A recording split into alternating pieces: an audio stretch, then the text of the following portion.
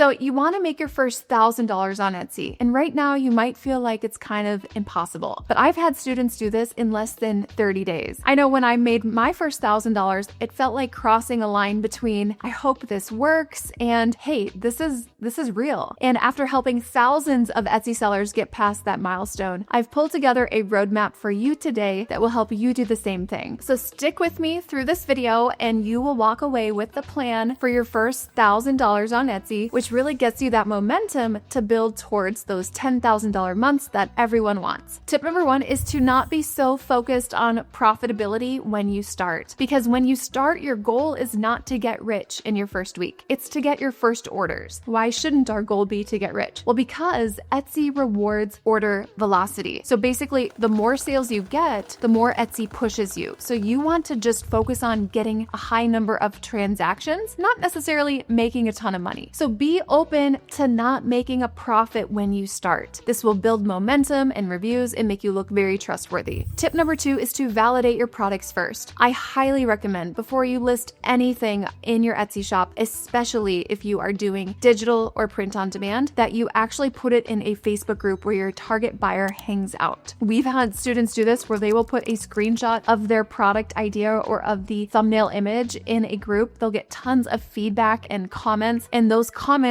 will shape how she edits that product and makes adjustments to be more in line with what her customer is looking for. So we want to get the feedback before we start selling it. And this lets customers tell you what they want. Tip number 3 is to use modern, trendy mockups. 2023 mockups are very outdated. You want clean, lifestyle-based mockups that match your customer. And you also want to make sure your mockups are standing out. So if you go to Etsy and sort by best sellers, you can see what the top shops are using. You don't want to use the exact same mockups, but you want to pay attention to the fit and the styling of those mockups. And remember, you can never use an AI mockup for your thumbnail. That turns buyers away and it's against Etsy's policies. And what you can actually do is go to those mockup shops that have the best-selling mockups and then sort to what is new in their shop to catch some of their newer designs and newer options. All right, tip number 4 is to reinvest in better thumbnails. If it does not grab attention in 2 seconds, people will scroll right past it. So you want to make sure in your thumbnail, your product is taking up at least 80% of the frame with bright lighting and plenty of contrast. So you're staying on brand, but you want to make it pop. Tip number 5 is to optimize for a specific customer. Too many sellers try to sell to everyone, and it's like a general store flea market. You know what I'm talking about. Instead, create your shop with one specific customer in mind. So this could be new moms or dog lovers or brides or teachers, but start with at least one main customer in mind. Another benefit of this is when your shop is focused on serving one customer, you will notice that that customer usually ends up buying more than one thing. Whereas in a general shop, they'll usually find one thing they like, and then if they go back to the shop to look at other things, they'll realize it's not quite in alignment with their style and they will move on. You'll see more multi-item orders when you build a shop based on a customer. Tip number 6 is to use font duos from real designers. Stop relying on yourself for coming up with good font pairings, because one of the fastest ways to look like a total amateur and unprofessional is bad fonts. So instead, go to Creative Market or Kittl and use their pre-paired fonts from actual designers, graphic designers who know what they're doing. Your branding and your product quality will feel much more premium instantly with this one change. Tip number 7 is to always offer 2 ways to upsell in every single listing. There are 2 variations that can impact price point. You want to use these. And it might be adding in something like expedited production, an extra customization option, maybe bundling it with something else, but you always want to use both variations to impact price. So even if only 20% of people buy a higher price point variation, that is extra revenue that compounds very fast. Tip number 8 is to bold any key features in your description. People don't read walls and walls of text. I call those ChatGPT descriptions. You can actually bold the essentials in your descriptions, and not many people know that. For example, you could do your headers, you could highlight materials, processing time, any important details you don't want them to miss, and this makes your descriptions very easy to skim, which makes it easier to buy. Tip number 9 is to use sales to trigger urgency, and I would never have a sale beyond 24 hours. Let's say you wanted 3 days of sales, you could do do 3 one-day sales, but that way you will get the countdown timer on the listing and create some urgency. You can link them back to back if you want to, but definitely don't be doing week-long sales or month-long sales. This alone can greatly improve your conversion rate. Tip number 10 is to cut what doesn't convert. I had a seller in our program who had 1,130 listings. She removed 1,000 listings, leaving her with 130 listings, and she actually used to get 6 to 7 orders a week, and now she sees 6 to 7 orders per day because she removed so many listings. More listings is not better if no one is buying, because Etsy uses your shop's conversion rate in how it ranks your other listings. Now, I would love for you to choose 3 tips from this list that I have given you today. I would love for you to implement them this week, track how they impacted your views and conversions, and then when you get your first sale with these tips, come back to this video, comment, because I want to celebrate with you. Now, if you are loving these e-commerce strategies, I would love to invite you to my next free masterclass. You can click on the link in the description to join, or you could just scan the QR code here. My goal with these classes are to give you a real actionable game plan that you can walk away with and implement in your shop immediately. And of course, please like the video and subscribe to my channel if you enjoy my videos.